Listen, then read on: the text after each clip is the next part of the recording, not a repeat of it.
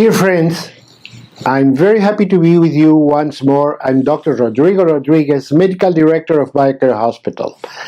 And I love to take this opportunity to talk and have a conversation with you wherever you happen to be in this moment. You might be at home, driving your car, at work, and even on vacation.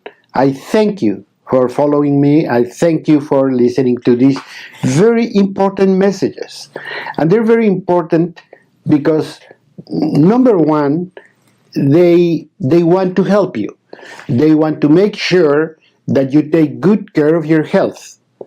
That's number one. Number two, because there's no money involved. I don't have any interest other than seeing a healthier world. I became a doctor a little bit more than 50 years ago, and the medical landscape was very different than what it is today. We used to have a lot of infectious diseases, and actually in my country a lot of children died because of infectious diseases. Mothers died at delivery because of infectious diseases, and tuberculosis and many of those things were rampant. And we have been able to conquer all of that. It's very rare, and it has to have very special medical conditions for someone to lose their lives just because they're delivering a baby. And babies that are born have almost an almost written guarantee that they're going to be growing up and healthy and doing well. So that was the landscape there. Today, I'm very worried because even though many diseases tend to go down, and even cancer, in people my age, cancer frequency is dropping because we started to do a lot of good things that were helping people. But on the other hand, we started to do a lot of wrong things that were working against us. And those conditions are affecting particularly the younger generation. So I'll give you an example, like colorectal cancer. Even though frequency is going down in people above 50, it's going up in people in their 30s or 40s. And there's nothing worse than have a 30-year-old that comes to your doctor's office and you do a cancer diagnosis. It's really devastating. If you're in your 30s, if you are in your 40s, disease is not in your radar screen. You're looking forward retirement, you're looking forward traveling, you're looking forward to make a family, to get your house, etc. You're not thinking of going to a hospital because you have cancer. And that's what we're seeing today. We're seeing younger and younger people affected by this dreadful disease, and that's exactly what I like to address. Because we have made a lot of changes, let's face it. You don't have to talk to your grandmother or anything like that. All you have to do is talk to your mother, or even to yourself if you're my age, to see how changed the whole scope of lifestyle has developed in this last 50 years. We're looking at a lot of changes in lifestyle, in what we eat, in how we eat, where our food comes from, very important, where our food comes from, etc. So we have to retake all that, to retake our attention to all those factors, because they might be hurting us and they might be hurting the following generation. Of the people that we love the most, which are our children and grandchildren, we could put them in jeopardy just because we don't pay attention to their lifestyles. And if you remember, your grandmother or mother were always giving you advice. Don't do this is not good for you, or the contrary, this is very good for you, take your veggies, etc. We don't do that anymore. I don't see any young mother addressing children in those terms. Don't do this because it is not good for you. And even though it doesn't sound like very original, it's still just as important as it was then.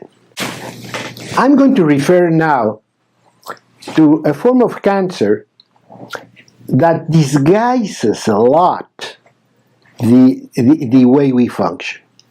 It is very deceiving. And that's why it's so important to talk about it. Because like in any other disease, no matter if it's cancer or not, the earlier the diagnosis, the better off you're going to be. The less money you're going to spend, the less suffering you're going to have, and the most important part, the more successful you can be with whatever therapy you take. So, this cancer that I'm talking about is ovarian cancer.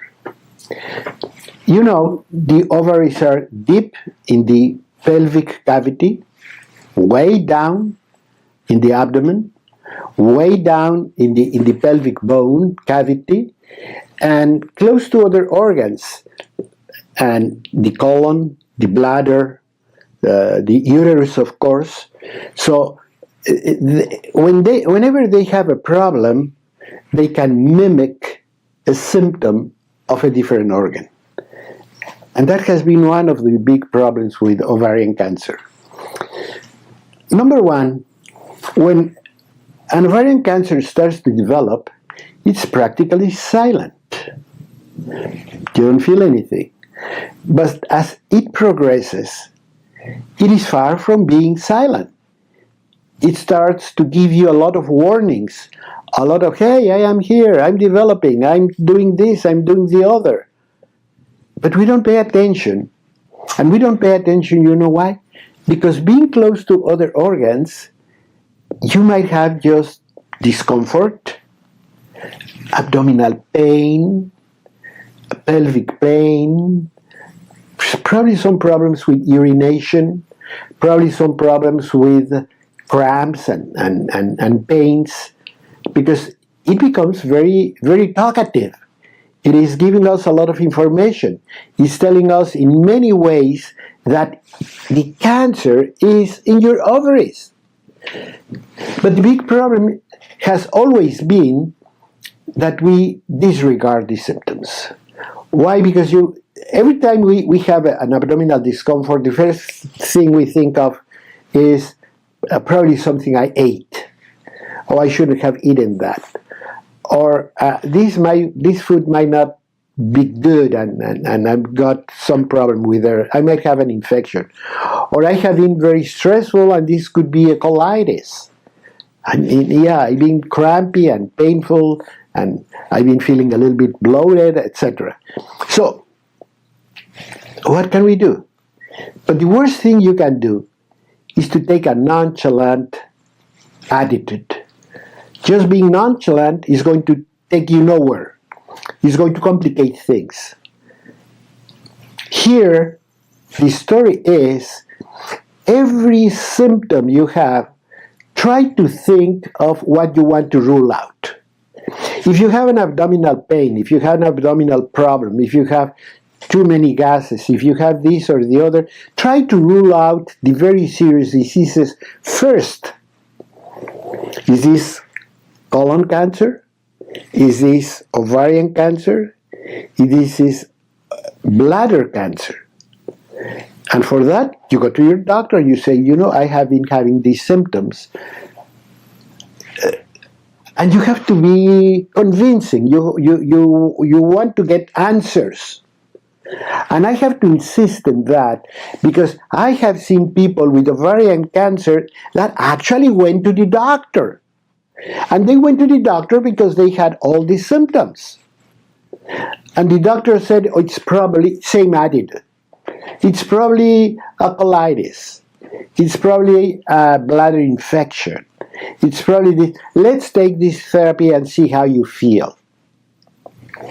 I have a doctor, a lady doctor, very good friend of mine, that she always says, first, make sure it's not cancer. Then we sit and talk any other possibility. So if you have any of these symptoms, just tell your doctor, make sure it is not cancer. Make sure you're ruling out cancer. Because I tell you, I have seen people that went to the doctor and were given treatment to see how you're doing, only to find out a month, 2 months later that it was an ovarian, a rectal, or a bladder cancer. You don't want to do that. I'm not saying to be alarmed, but I'm saying to be aware. Feel the difference? You don't have to panic. I'm not telling you you have cancer. I want to tell you that you have to be aware that that is one possibility. And more times than not, it's going to be benign. It's going to be a simple problem. But you're going to feel a lot better. You're going to be able to go on with your life. And you know, this discomfort is due to this or the other, but you already ruled out the big C word. You know it is not cancer. What a sigh of relief. That's going to make you feel a lot better, function better, plan better, and decide what is your next step. Once again, be aware. You don't have to be alarmed. You don't have to panic. You don't have to think, oh, this is cancer. All you want to do is, I know these symptoms might have a serious origin. I want to make sure that's not what we're talking about. So when you go to the doctor, tell your doctor, doctor, I have all these discomforts. Tell me what we can do. Do we need an ultrasound scan? Most of the normal tests are going to be very simple, like an ultrasound scan. You can also detect it in a blood test. He can take your blood and check for some tumor markers for ovarian cancer. So the beginning is fairly easy. He can tell you, no, I don't see any signs of, or I have literally ruled out this is a cancer. Now what? Well, now it's very simple. Well, let's see if it is colitis. Let's see if it's an infection in the bladder. Let's see if there's something you ate. You see, and then so if you have any simple, very simple symptom in your abdomen that it goes on and on for a week, 2 weeks, not only that it continues to be there, but it begins to increase and becomes more and more of a discomfort, more and more bothersome, go to the doctor and make sure you know what it really is. That could save your life. Stay with me.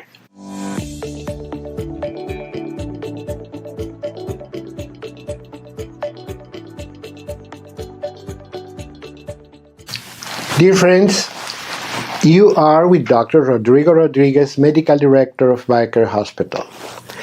And every so often, I like to have any of these podcasts to talk about important subjects that I think are very, very important, and that we have to take them very seriously, because when we're born, nobody tells us what to do with our body, how to take care of our body. You go to a nursery shop and you buy a beautiful plant, and now they have these cards, stick to it, that says, well, this is this plant, it likes this much of sun, you have to control watering because of this or that, make sure that it has a little bit of shade, blah, blah, blah. In other words, you get instructions in how to take care of your plant. And the same happens with our pets. And what about our cars? They have books this thick that if you read them all, I don't know anybody that has read the whole thing from cover to cover, but you can go to every single detail of how the car functions and how to maintain it. And I think it's smart. It's smart because you get a gadget, you get an iPhone, you get something that you don't know exactly how it operates or how much it can do for you or how to fight if you have any misfunction, how you can control it, how to get service, etc. But what about ourselves?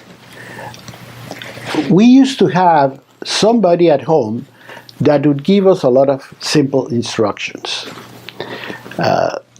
You remember probably, you don't have to be my age, just if you're middle-aged, you probably remember somebody at home telling you, it's cold outside, get a sweater. Don't eat that because it's not good for you. Don't eat too much of the other thing because you're going to feel bad of your stomach. Don't go to the neighborhood because there's flu all around us and I don't want you to catch any infection, etc. Very simple advices that were part of that owner's manual in how to take care of you. You didn't know, but your mother, your grandmother, your grandfather, your father knew how to do it.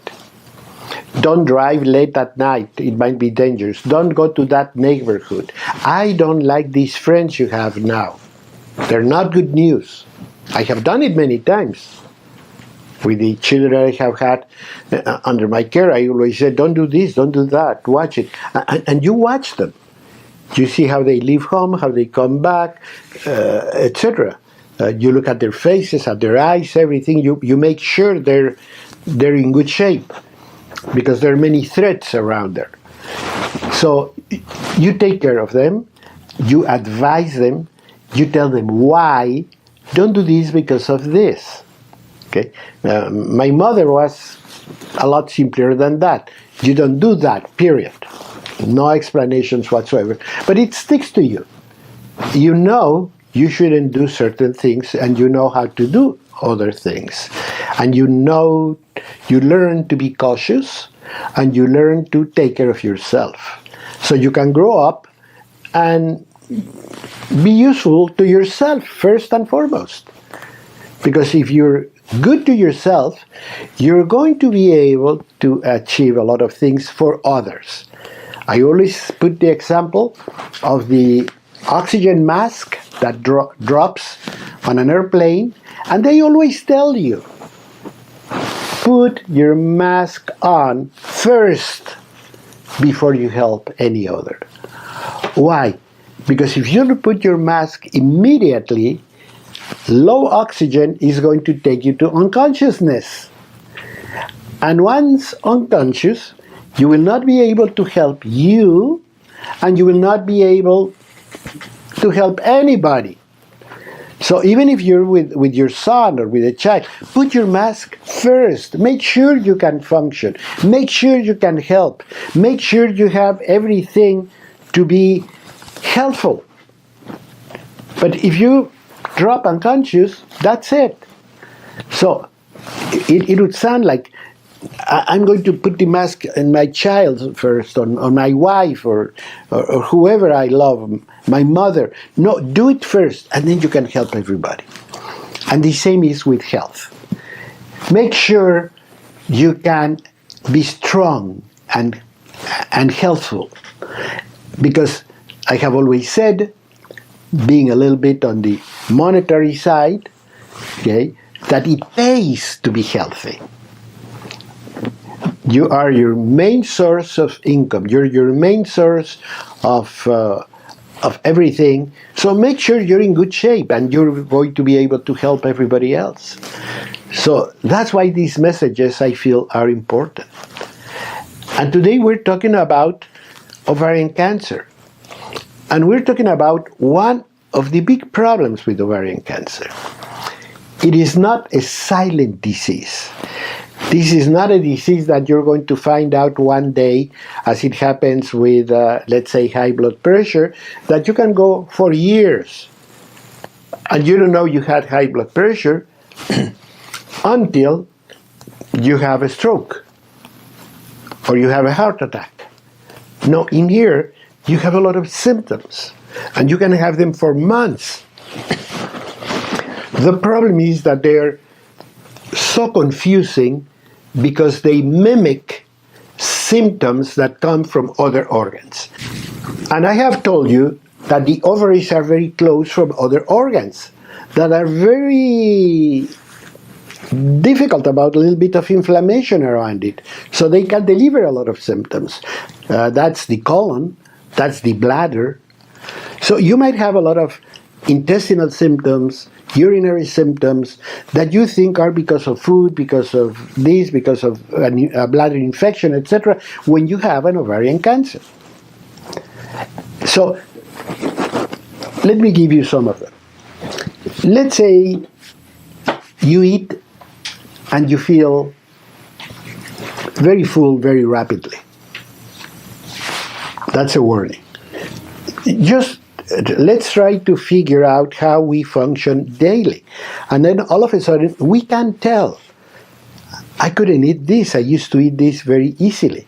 Today, I feel full. I feel in no time.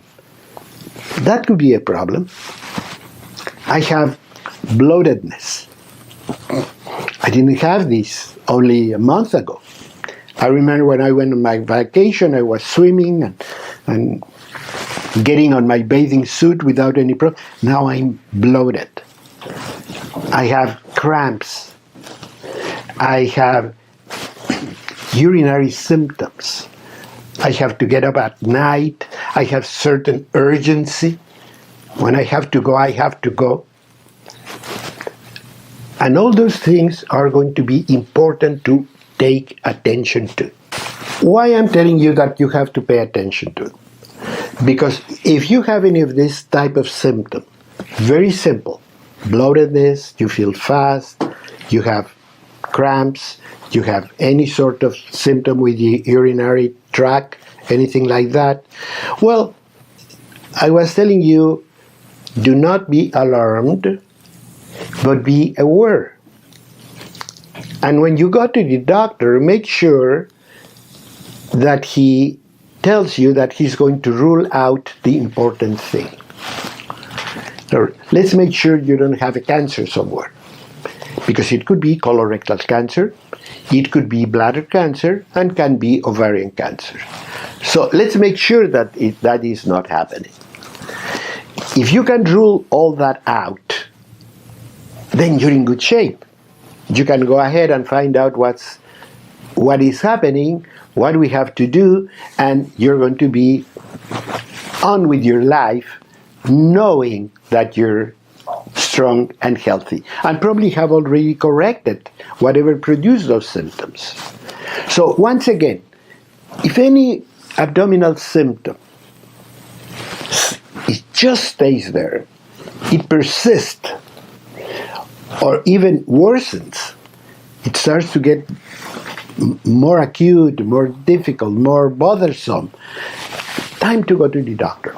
Because you can make a very simple ultrasound scan, you can make blood tests.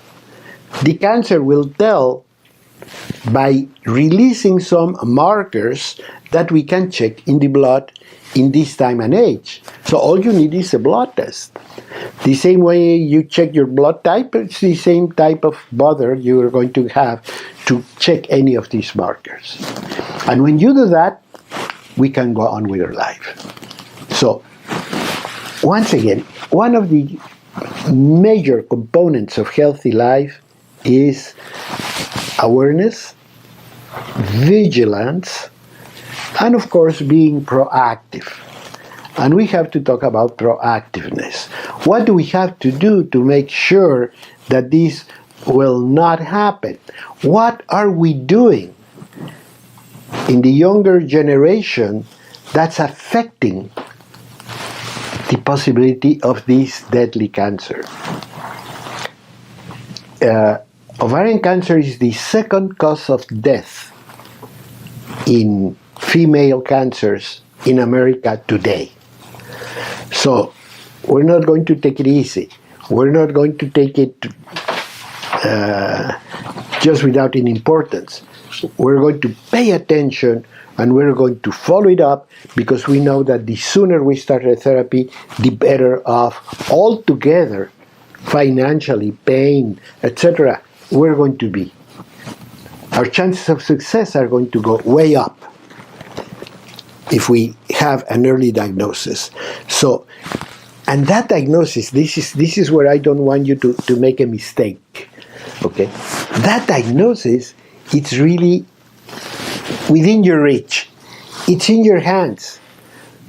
Not even the doctors many times are as important as you are. You are the one that feels it. You are the one that knows that it's advancing. You already know that this is very stubborn, that doesn't go away, and this being 1 week, 2 weeks, you have to go to the doctor. Have to make sure you tell the doctor what you're thinking of. So he works along with you and helps you to rule this out. Don't go anywhere. We have so many more comments to make.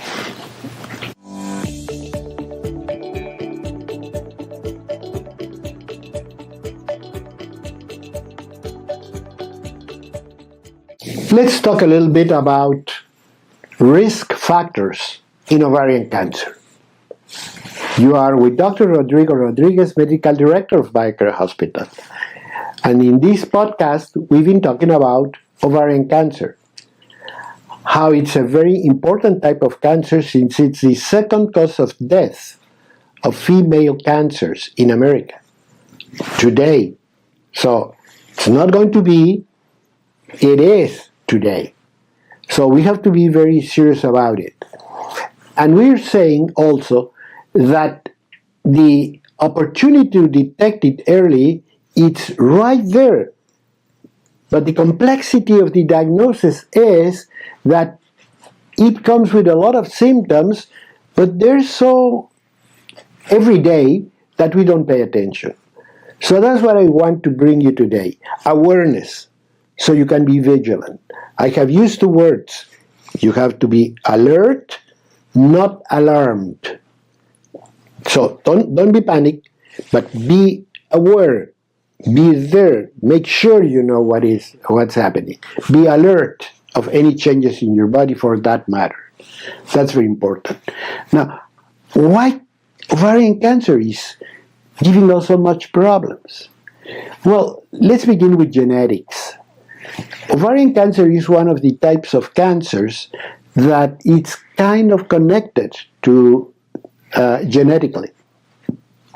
So, if you have anybody in your family, any female in your family, particularly if it's in direct line, like your mother, grandmother, or your sisters with ovarian cancer, well, go to overdrive. Go to much more attention to what might happen. Tell your doctor that somebody in your family, in your immediate female family, has ovarian cancer. I have had patients that are smart enough that when their mothers were diagnosed with ovarian cancer, they went to the doctor. They don't have any symptom. They just want to know where they are at that moment. And that's going to help a lot when hopefully not, if the real diagnosis ever comes back, it's going to be a lot easier to be made because you already have a baseline. So if somebody in your immediate family has ovarian cancer, go to your doctor, have a checkup, have tumor markers in your blood, have an ultrasound, have your doctor examining you, and make sure that everything is okay. The second very, very important part is the hormone influence. Hormones have a very mixed story because we have two circumstances that are supposedly helpful. It seems statistically that women that are on pills not to get pregnant have less chance of developing ovarian cancer. But also, those women that have more children. The more children you have, the less chances of developing ovarian cancer. But the two of them are a little bit opposing, because on one hand, contraception pills help, but on the other hand, they block one of the other factors that can help you, which is a lot of children. So if you take pills and you have less children, you even up the balance. You're not helping. And the same, if you're having a lot of children, you're not taking the pill, so you kind of block that. So that's one of the factors. But it's important to know that if you're on the pill, and I'm going to explain you why it is very important, that if you're taking contraception, oral contraception, that your chances of developing ovarian cancer will go down. And it is very important because, on the other hand, if you take hormones that we take after menopause, our chances of ovarian cancer will go up. Why? Because it's a different type of hormone, and it is a very different type of dosage. Contraception takes a very minuscule amount of hormones, and they're different than the ones we normally take for menopause. So be aware of that, because you want to have a balance. Make sure you talk to your doctor. And this is critical. Be free to express your fears with your doctor. Not only go there and talk about this, and this is your prescription, and your blood work is fantastic, and blah, blah, blah. No, make sure you express your fears. Doctor, I came to see you because I'm really afraid, or I want to be aware, or I want to be very alert about ovarian cancer. Or breast cancer, for that matter, because there is also a relationship between hormonal activity and this, and your doctor is going to help you. There's a very important part that I have to mention. You say, but no, I don't take the pill, or I don't do this, or I don't do the other, or I refuse to take hormones for menopause, etc., blah, blah, blah. There is a very important factor that we do not see, or we're not aware many times, which is the assault of hormone products in our food supply. That is very important, because when you go to a restaurant, you want to eat. You want to satisfy yourself. You want to have a little bit of comfort and happiness and so forth. You didn't go to a restaurant to eat hormones. You don't go to the market to buy hormones. You think hormones, you buy them at the pharmacy, not at the grocery store. But we use so many products that are either hormones or hormone-like effects that we're beginning to have a problem. How can we tell? Because I don't know if you know that girls in America are having the menarche, the onset of menstrual period, younger and younger. And this could be related to the hormonal part in the food supply. So it really pays to look for organic foods. I have seen it all the time. If it is going to be a little bit more expensive, go for it. Eat a little bit less, and you balance your budget. But you have to think that it's a lot better to buy better food than to buy drugs, laboratory, doctor's fees, etc. So make sure you help your body.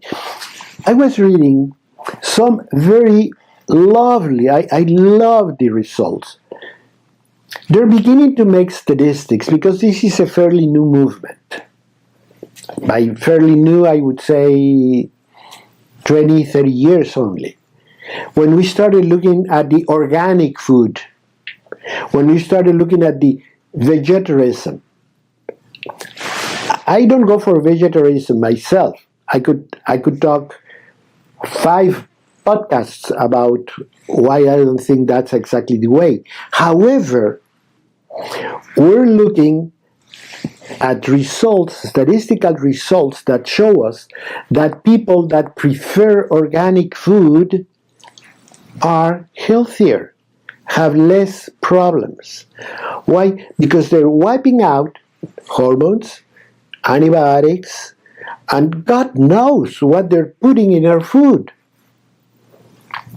And nobody seems to challenge that. Nobody seems to fight it off. Nobody screams. So what we have to do in order to help ourselves is take your wallet, take your credit card to those vendors that will provide you the best quality of food. So don't just eat anything. Poultry is not just poultry. Beef is not just beef. Go for organic, free-range, grass-fed, because we're beginning to see that it really helps. Now, without being vegetarian, make sure you have at least 2/3 of your food supply from the vegetable world. 2/3. That means that the tomahawk steak, 16 ounce, with a baked potato, do not add up. Or with a little flower of broccoli. Do not add up that combination. So make sure you have a beautiful mixed salad, probably with some other legumes, or beans, or rice, or garbanzos, and so forth, and an 8 to 10 ounce steak, period. That's your limit. 10 begins to be a problem. Make sure you do it like 8 or 6. That's all the protein you need. We only need 1 gram of animal protein per day per kilo of weight. That means if you're 100 pounds, you just need 1 egg a day. Simple.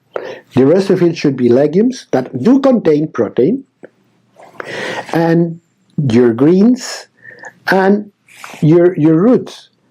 Not only potato, you can have sweet potato, you can have many options. If you go to a good market, if you go to a farmer's market, you're going to see many things. But you have to start looking at that, because otherwise you're bringing hormones to your table. And your table is not a doctor's office. It is your table with your family. Give them the best you can buy. And with that said, we start developing a real plan. And the last one is physical activity. Like in many other disease problems, physical activity is very important. The fact of being inactive, the fact of sitting down, the fact of doing very little from the physical standpoint can bring you a lot of health problems. So make sure you move, make sure you lift, make sure you run, make sure you climb, make sure you do a lot of things. Because with that, you're changing completely the hormonal picture of your whole body. Muscles can make a very important change in the hormonal profile of your body. So don't take it very simple. It's very important. And we have more to tell you. So stay there.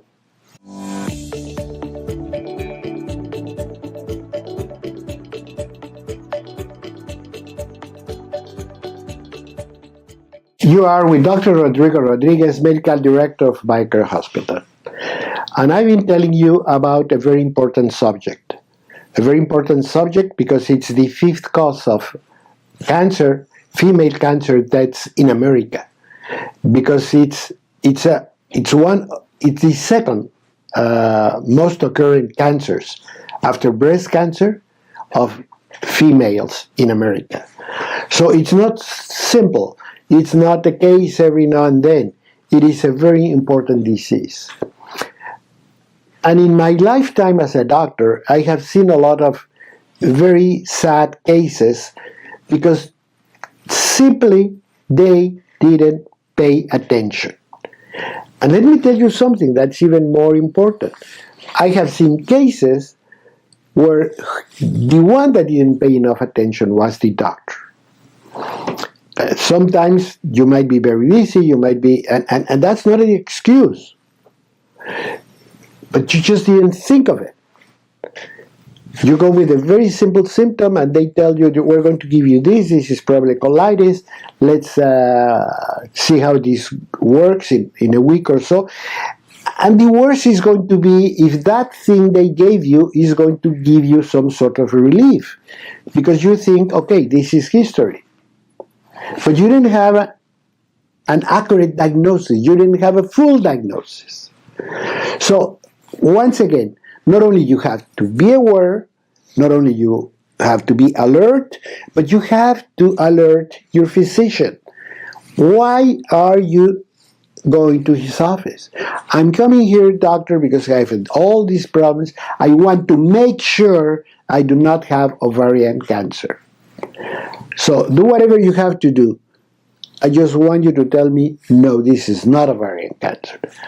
This is a bladder infection. This is a colitis. This is whatever. But I want you to tell me that until you're absolutely sure. Because once you go a certain part of the road with ovarian cancer, it's going to be almost impossible to come back. Chances of survival diminish dramatically. So we have to make sure we insist. We have to make sure that we don't leave one stone unturned to be able to be absolutely sure. So you do an X-ray, you do an ultrasound, you draw blood and check markers. You do a colonoscopy or whatever you have to do. Just make sure you're absolutely sure this is not ovarian, rectal, or bladder cancer, because all of them are in your pelvic cavity, and they many times share the symptoms. Now, we're talking about certain things that might sound a little bit confusing also. I was telling you, for example, that early menarche and a late menopause might be a sign of a lot of hormones in your life. And they could come well from the things you eat or drink. So make sure you don't have any of those. But nevertheless, you have to double your effort to know what's happened. We have mentioned also genetics. We have said that the genetic part is important, that if you have any direct link to ovarian cancer with your mother, with your grandmother, with your sisters, sometimes even with your daughter, make sure you go to the doctor and you rule it out with yourself, even if you have no symptoms. We have also mentioned about how our food supply might be very contaminated with hormonals, chemicals, antibiotics, etc. So going organic is a good answer, etc. We have said that contraception, oral contraception, might reduce the chances of developing ovarian cancer. But at the same time, contraception diminishes the chances of being pregnant. And multiple pregnancies also diminish the chances of ovarian cancer. So you might be blocking one with the other. So I'm not saying that it's absolutely simple, etc. Your best defense is the awareness, the vigilance, and the proactiveness. In other words, what am I going to do to make sure? And I'm going to offer you a free first line of defense and information. You can email biocarehospital.com. You can find BioCare Hospital in Facebook, in Instagram, in Twitter, in the platform you normally use.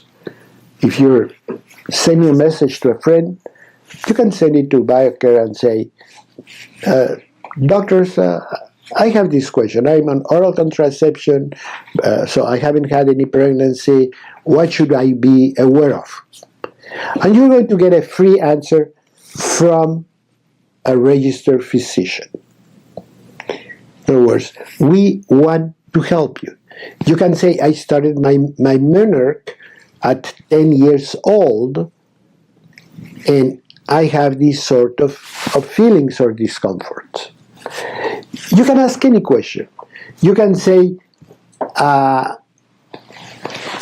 have had this question, for example, if contamination of salmon might be the same on the farmed than on the free or wild-caught salmon.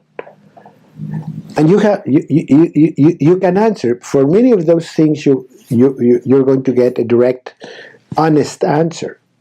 And you're not going to spend one penny. You're not going to spend a lot of time.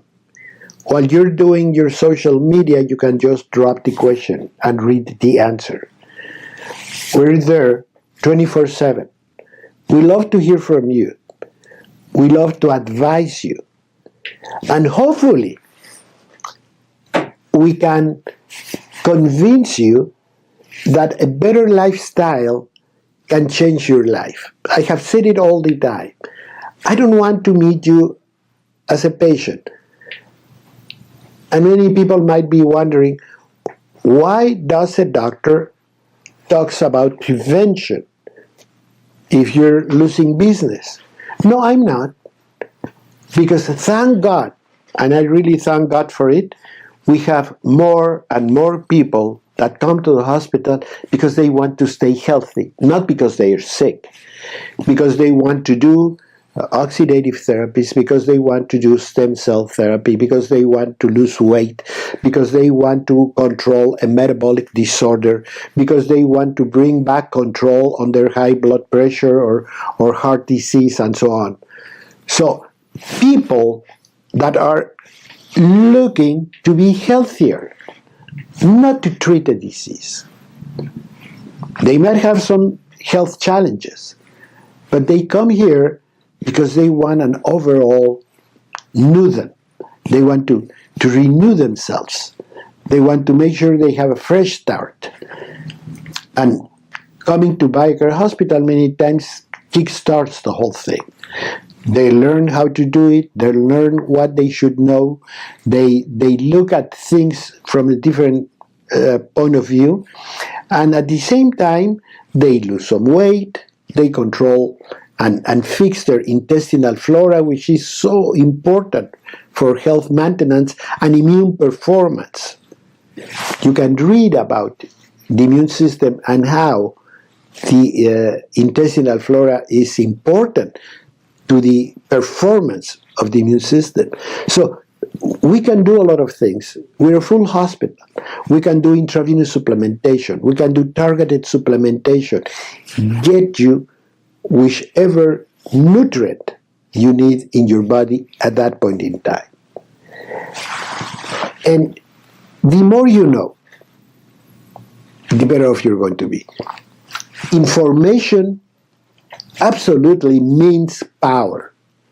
And the more information you have, the better off you're going to be. And when you go to BioCare, when you follow me with all these podcasts, when you go to the web page, when you go to all the resources that we have to offer, then you're going to learn more and more about what changes you can make in your life to be healthier and live longer. And none of this is going to cost you anything. We're going to be there for you.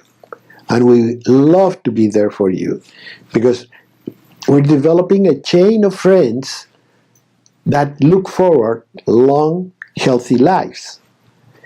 Believe me, treating sick people in a hospital has never been my cup of tea. You help people, and I really rejoice every time somebody regains their health. I'll always have said that the best thing I can have in return from a patient is a big smile when they leave the hospital and say, "Doctor, thank you." But they have a big smile because their life has changed for better. Don't wait to be sick. Don't wait to be in need for help. Start reading about it. Start learning about it. Start going to the web. The web has so many resources to learn how to deal with yourself.